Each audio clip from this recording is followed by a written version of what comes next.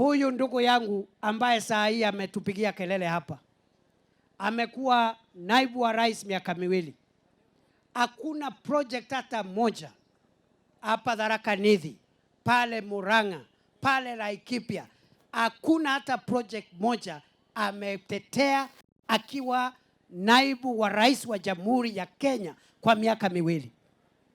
Mimi next year nikizunguka hii mlima, hakuna county nitaenda kose muradi wa barabara ama stima ama maji ambaye nimetetea. Sitakosa. Na yeye pia akuja aseme alifanya nini. Akifika Tharaka Nithi atuambie. Akifika Meru, akifika Embu, akifika Nyeri, akifika Kiambu, akifika Nakuru na Laikipia. That is going to be the conversation. Na mimi nashukuru juzi, nashukuru nimeona ile matusi amepunguza. Kwa sababu hii matusi nimeshamwambia hapo mbele, hii matusi sio mzuri.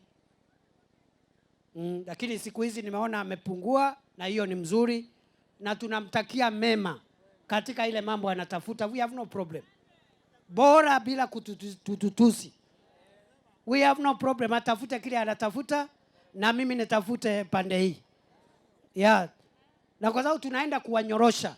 Mimi tukimaliza kunyorosha hao watu, mimi nitatafuta huyo ndugu yangu ndio nione vile nitamsaidia, kwa sababu hata mimi niko na jukumu, kwa sababu ni ndugu yangu. Mimi sitaki mchezo, lakini apunguze matusi. Sijui kiburi, sijui soprano. Hala, wewe ukiniangalia hivi unaona mimi kama mtu rahisi?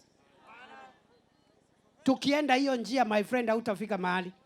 Tukianza kuongea mambo kama hiyo, mimi niseme yako, utaingia kwa nyasi wewe. Wacha bwana. Kwenda huko bwana. Let us compete on issues. Huyo Kalonzo unatuuzia, kuja utuuzia hapa. Sisi tunajua Kalonzo Musyoka kuliko wewe.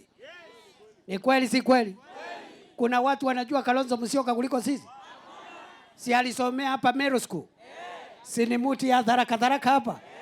Tunamjua zaidi wewe. Wewe hujui huyu mtu.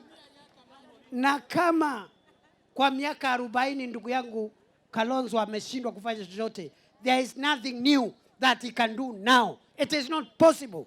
Wacha tulie nyumbani tumjengee barabara.